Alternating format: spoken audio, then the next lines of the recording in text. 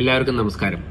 ഫെബ്രുവരി 4 തീയതി world cancer day ആയിട്ട് ആഘോഷിക്കപ്പെടുന്നു.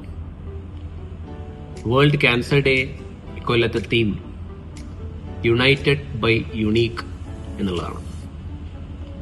ലളിതമായിട്ട് ഇതിന്റെ അർത്ഥം എന്താണെന്ന് ചോദിച്ചു കഴിഞ്ഞു കഴിഞ്ഞാൽ, എല്ലാ ക്യാൻസർ രോഗികളും അല്ലെങ്കിൽ ക്യാൻസറിനെതിരെ പോരാടുന്ന എല്ലാവർക്കും അവരുടേതായിട്ടുള്ളൊരു കഥയുണ്ട്.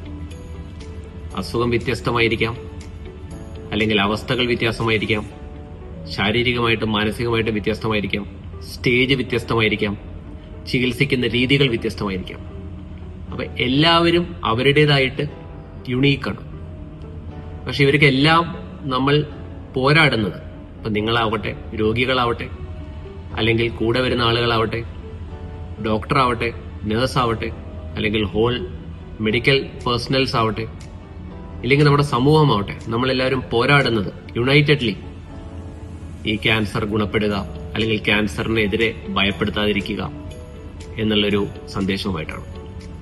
അപ്പോൾ ഓരോ രോഗികളും ഓരോ കാരണത്താൽ പ്രത്യേകതയുള്ളതാണ്.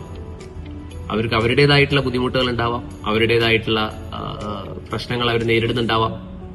ചികിത്സയുടെ സാമ്പത്തികത്തിലായിരിക്കാം, മാനസികത്തിലായിരിക്കാം, ശാരീരികത്തിലായിരിക്കാം.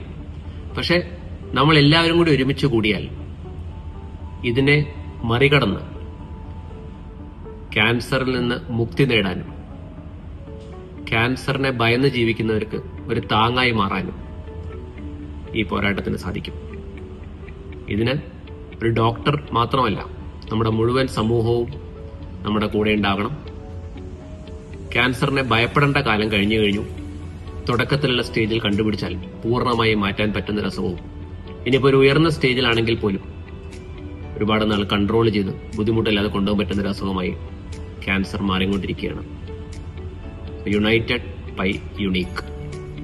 Thank you.